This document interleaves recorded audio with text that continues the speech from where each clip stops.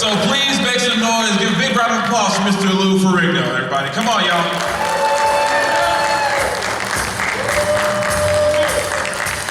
Yeah. Good morning. Good morning, sir. How you doing? It's very warm here, very hot. Absolutely. Please have a seat. Have a seat. Yeah, last night I went on that the ghost tour of the ship. That was interesting. How are you, everybody? Good. Don't be shy. You know, if you got any questions, we'll just have fun with it. Absolutely. Wonderful gentleman here. Yeah. So if you do have any questions, I have a couple here, but because I know you're all here to see him, and he will be back down at his table. You know, so if you want to go back and meet him, get an autograph, that kind of thing. If you want to line up right here at this microphone with your questions, you're more than welcome to. Don't be shy. Any questions you have, that's what I'm here for. Spend time, have fun with you guys. And while that's happening, one of the questions I want to start out with is for an entire generation, you're still the Hulk. It doesn't, all the CGI and everything, which I have no problem with. Yeah. And the CGI is fine, but you are still the Hulk. How does that feel after all these years? Well, you gotta remember when I began the Hulk, the pilot, Captain America, Spider-Man failed for TV series. So today, you have all the fine actors playing the Hulk. Playing different Marvel characters, but at the time when I was at the pilot, I was nervous because I was training for competition at the same time. So when it hit the air, it became a huge hit. And we're talking about like 47 years ago. But it's funny that it opened all the doors we just see today, because now you have all the superheroes and the movie. Like, they just announced yesterday that Robert Downey Jr. is playing Dr. Doom. Which is super exciting. I can't believe that.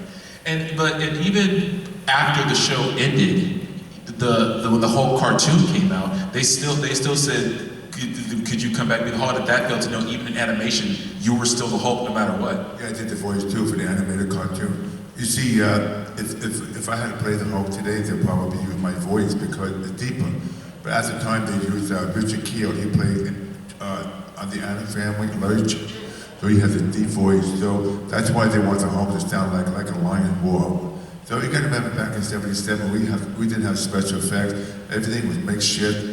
The old-fashioned way. So basically, but the beauty about the Hulk was the story. Even to today, every episode had a wonderful message.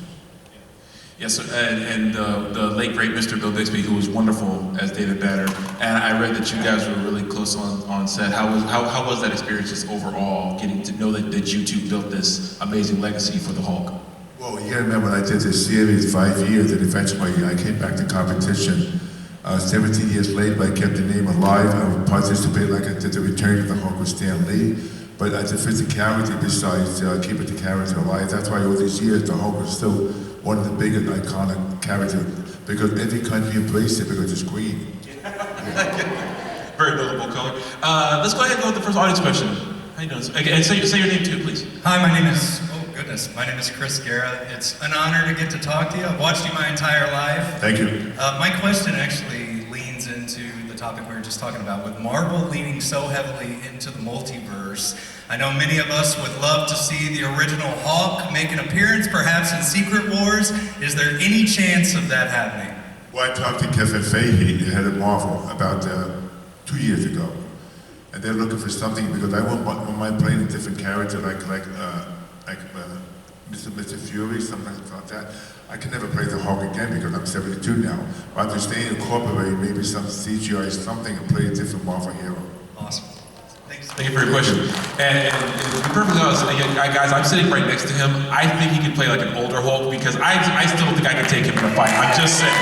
I'm sitting next to him. I can see his arm. So go ahead. How are you doing? Hi there, my name's Tim.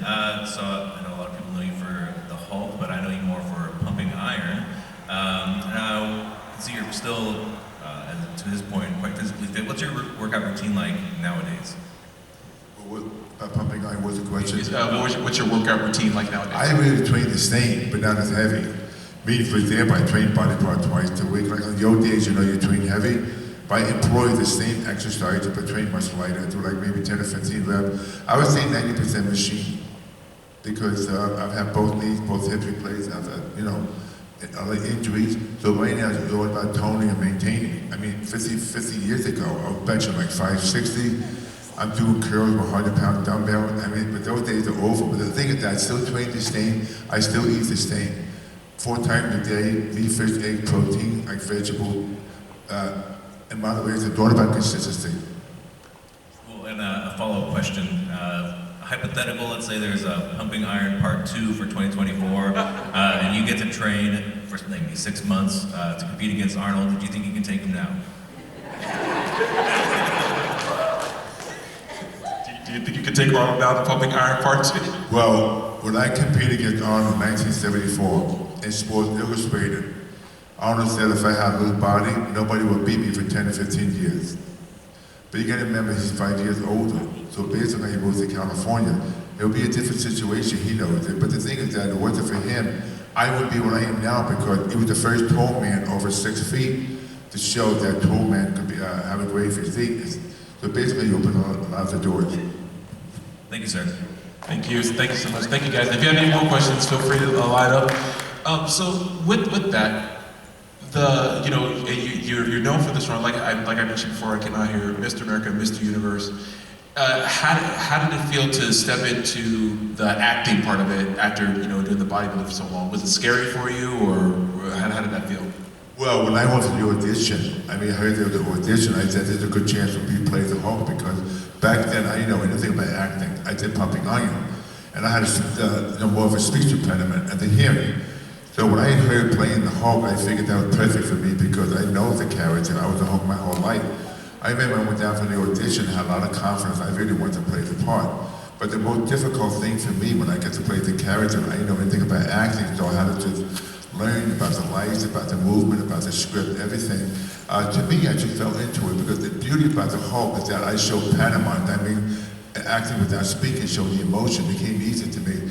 But, it's like the old saying, they say that if you play an acting role, if you're not interested in the character, it's never going to work. So the Hulk, I love the character, so that's why it came to me naturally. But that's very important, though. You have to be connected with the character.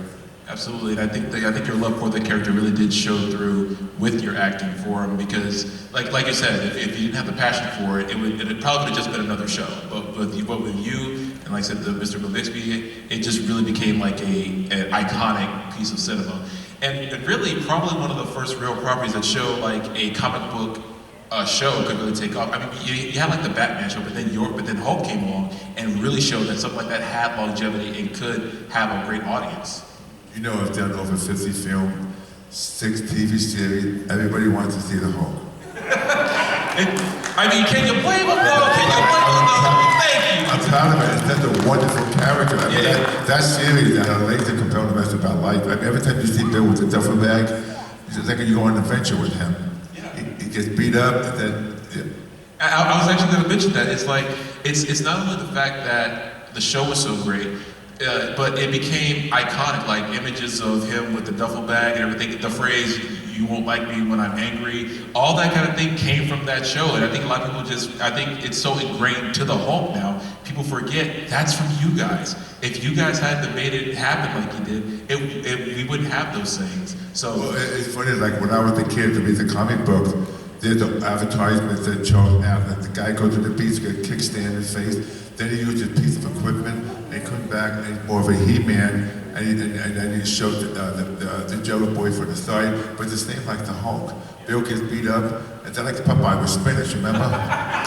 And it's also green. yeah, the spinach. But Bill gets angry that he had that superpower to fight anything.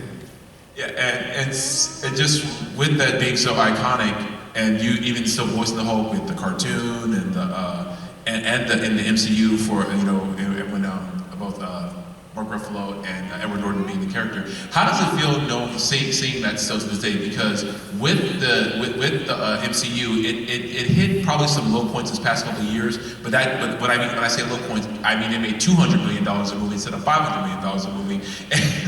So how does it feel knowing that you probably had a huge hand in that success going? Oh yeah, because the only thing that disappointed me is that the way the Hulk being portrayed. It's not like the series. A lot of people are disappointed, like Mark Ruffalo. It's a good actor, but basically, I can't connect with the Hulk anymore but they need to see with the original concept. We'll see what happens. I think it can still happen because I think they're in the current phase they're in. Looks like they're probably gonna do like a retooling and everything like that. You said you grew up a character of the Hulk. What were some of your favorite Hulk stories growing up? Well, on the series, I filmed for 5 years. And one time, I heard a knock on the motorhome door. I was having a cup of coffee. I was in makeup. Knocked, I said, come in. Knocked in. The door opened. The guy comes in with glasses and a kid. He said, excuse me, my name is Cary Grant. The famous, he said, I'm here from England. My nephew, could we take a picture? I was holding the coffee. I couldn't move. He must have really thought I was a Hulk. I couldn't move. I was so taken back by his presence. But you know, I had different actors over the series. I worked on my series, different actors. It's wonderful because you see people on the show over the years, like a lot of people come to say to me how much the episode affected their life. Like people connect that because every one of us has a little hope inside of us, but the show releases that desire we have to express our anger. And you just said that like Cary Grant came to see you. That's a crazy sentence to say. Yeah, but I mean, I never seen a movie star in my life. I mean, like people besides Bill Bixby, but Cary Grant, his voice. I mean, it was more like a respect for me. But if I had to go back today, I would say, yeah. I mean, I'll be excited to talk to him. You know, being 26, I don't know what to expect. I was like so, you know, intimidated. I mean, in your defense, when you open the door and Cary Grant's there, what were like? That's not a normal day, no matter what. We do have an audience question. Yes, sir. Go ahead. What's your name? Hi, my name is Mike. I just want to know over the years what your interactions or possible friendship were with Stan Lee. Well, Stan Lee, I met Stan Lee when I did the series, I believe, like that's the 4th season. Because when I was a kid, I had to read the comics on the bottom, on the left-hand corner, it said written by Stan Lee. I thought it was some kind of a ghostwriter. So when I had a chance to meet him in person, I was so taken back. So Stan had a great sense of humor. He would scream and say, why don't you work out sometime? Look how skinny you are. But Stan ended up doing 2 appearances on my series, and then eventually I did a cameo with him. Then we became good friends. I went to his house every year for Christmas. He was a wonderful guy, and he's been bankrupt twice. Because when he was young, I would say maybe 50 years ago, and people asked him what he did for a living, he told them people walk away. Because they thought it was a joke. But because of his passion, he loved the 2 characters that changed his life. But I learned a lot from Stan, just listening to him, because Stan's favorite superhero was Spider-Man. But when he created the Hulk, it was gray before it became green. It should have been pink. Thank you. Thank you. I don't think a lot of people remember that the Hulk was gray first. In the very first the Hulk issues, he was gray. He didn't become green until I think like 5 issues later, something like that. Yeah. So and speaking of Stan Lee, so how fun was it to do all those cameos with him? Like before you got here, there was a clip from the 2003 Hulk, and you've seen him in other cameos. How fun was it to get to act with him on screen together? Well, it was great because this is the man that if it wasn't for him, I wouldn't be sitting here today. I would never been a bodybuilder. But I learned about bodybuilding reading the Hulk because you see the muscles, the cartoons, then eventually I discovered Muscle Magazine. But Stan started it all, and I told Stan, I said, thank you, because when I was a kid, all I had was reading comic books. And it was to escape the pain, my imagination to read the comics, because, you know, dealing with the hearing and speech issue, the Hulk's way to save my life. And I think for a lot of people, I think that's what they kind of underestimate about comic books is because it is that escape, and you can also see characters who you can emulate and like relate to. You know, like you said, all of us have a little Hulk in us. Like sometimes we all get angry, but the Hulk can actually do something about it with that anger. You know, it's funny.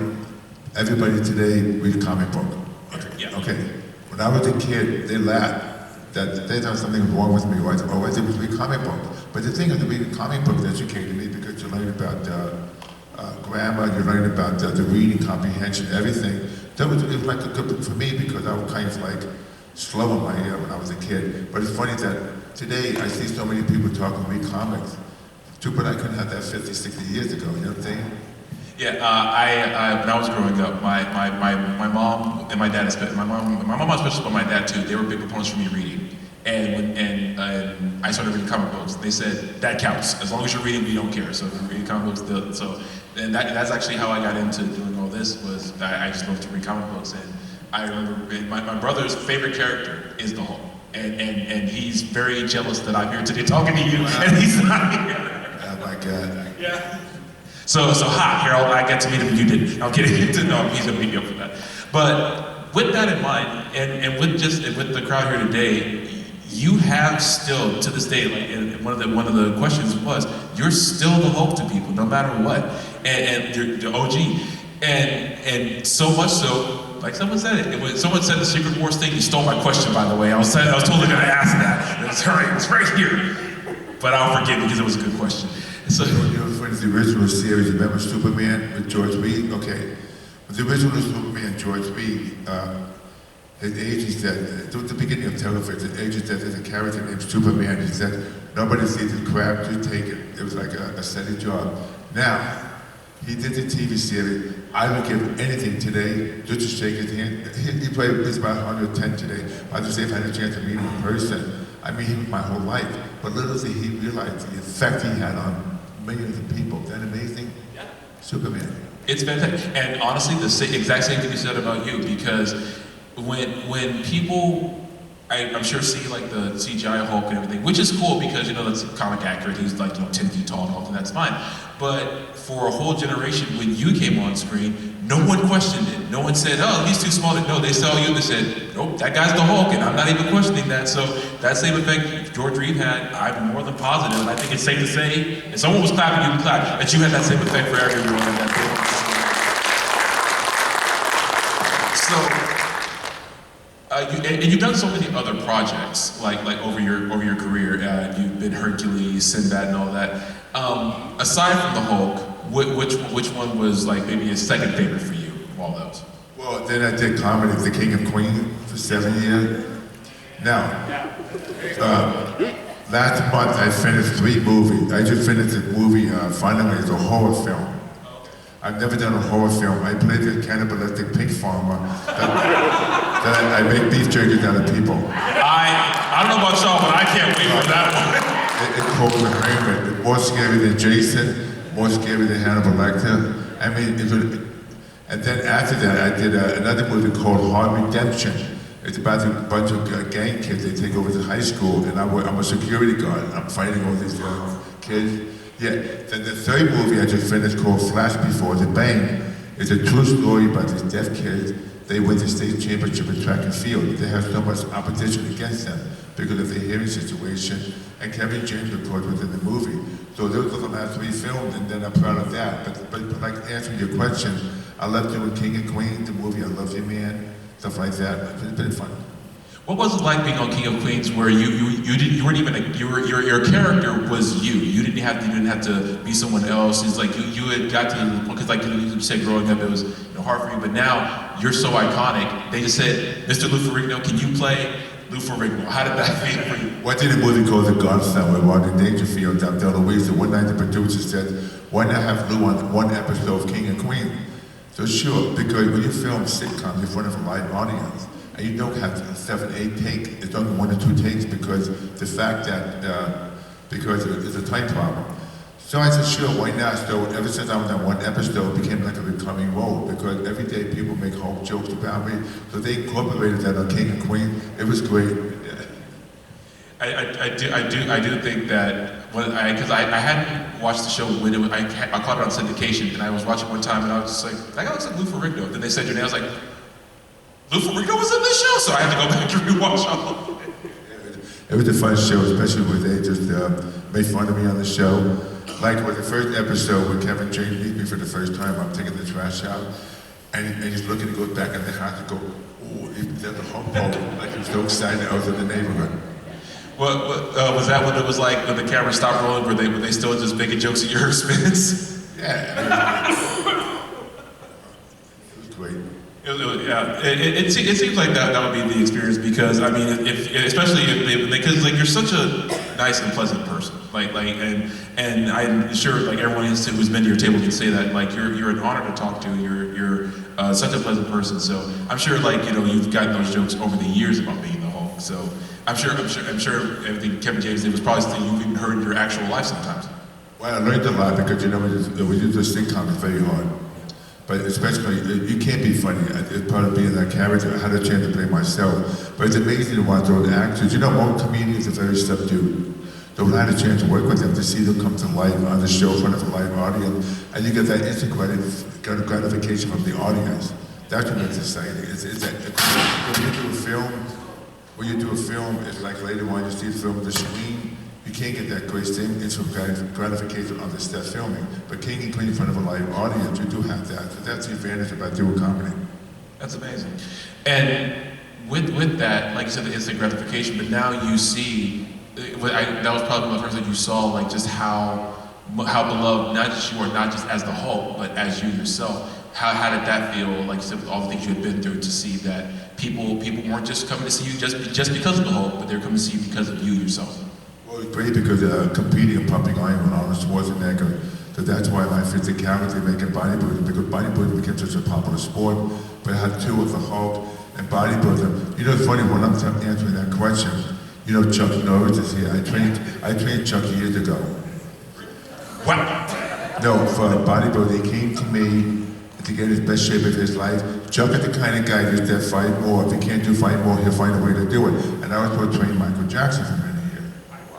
Yeah, so funny, I'm seeing Chuck Norris, it's that about 30-some years ago, like when he came to my facility, my gym.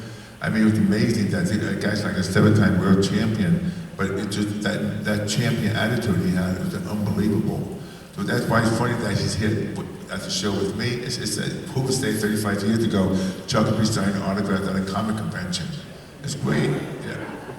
And you know, I remember seeing your training resume about training Michael Jackson. I didn't know the Chuck Norris part of it. Just your resume in training is insane. I know this is a crazy question to ask you, but does it ever just hit you sometimes? Just the course your life has taken. You were the Hulk, you were King of Queens, and you've trained. And you could say you're probably one of the only people who say I trained Michael Jackson and Chuck Norris. Does it ever just hit you sometimes that all that's happened to you?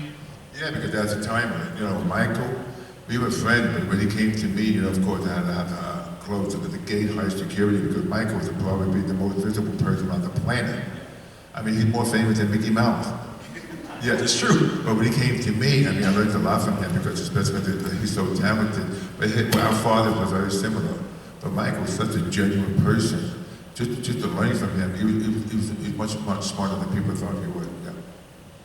And I'm sure because you know with the pumping iron, I'm sure your work ethics are pretty the same. Just like very dedicated to getting it done. Well, to be a world champion, you have to love pain, and you have to take what it takes to be a champion. Like for example, this squat at like 400 pounds, if you got to do like 5 or 6 reps, put another inch on your thighs, it separates the men from the boys. You're going to have to do it. It's a huge sacrifice, and that's why if I had to do it over again, do it a second. But especially like how you take that body, a skinny body, and then put all this muscle on the body. That's the beauty about bodybuilding. But it has to do with that attitude that you have to go beyond the pain barrier to be a champion. Like nothing can stop you. And I think that not just for your bodybuilding, but I think through the Hulk and through all that you've done, you probably inspired a lot more people than you ever realized. I'm sure there are probably millions who haven't met you yet that you have inspired because of your life journey. And that's just amazing to think about because, you know, like you said, you had such a hard time growing up, but now you went from the kid who everyone laughed at, you're reading comics, ha ha ha. You're the most iconic people in history. I was told when I was a young age that I could not amount to anything.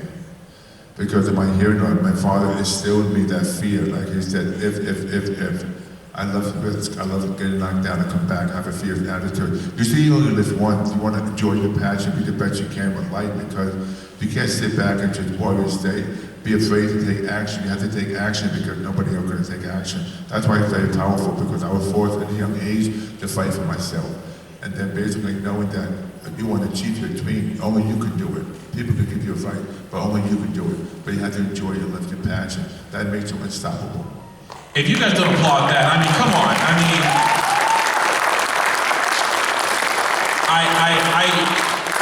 real quick, because we're going to wrap up because he's going to head back to his table to meet you guys. I was looking forward to doing this when I was told I was doing it. I also did not expect to get the most inspirational speech of all time from the one and only Hulk. But, I mean, yeah, give him a hand again. So, we're about to wrap up here, but just from all that you've done, all that you've accomplished in your life, is there anything left that you might want to do? I mean, you've done. I mean, what else could you have done? Was there anything else that you like say? I want to do that before I'm done. I would like to continue what I'm doing, be part of the Marvel Universe, make more movies. I'd like to come out with another book to bring a lot of hope to people about my, when you go into your last chapter of life. That's huge because there's no age to me. Like for example, you take Clint Eastwood, he's 94, he's still directing, making movies, even though he looks ancient. But the thing is that that beauty by today is not like 50, 60 years ago when you're 40, 35, you're retired. It's all about that passion. That's what keeps us alive because we can live longer, we enjoy life more. But you have to enjoy every day because with the way this world turning out between the wars, the shooting and everything, enjoy every day because keep healthy, listen to your mind, your body, it's the best you can do. But be in the moment, look for the best in people. I don't think there's any better note we can end on than that. So, Mr. Lou Ferrigno, I really appreciate your time. Thank you so much. You guys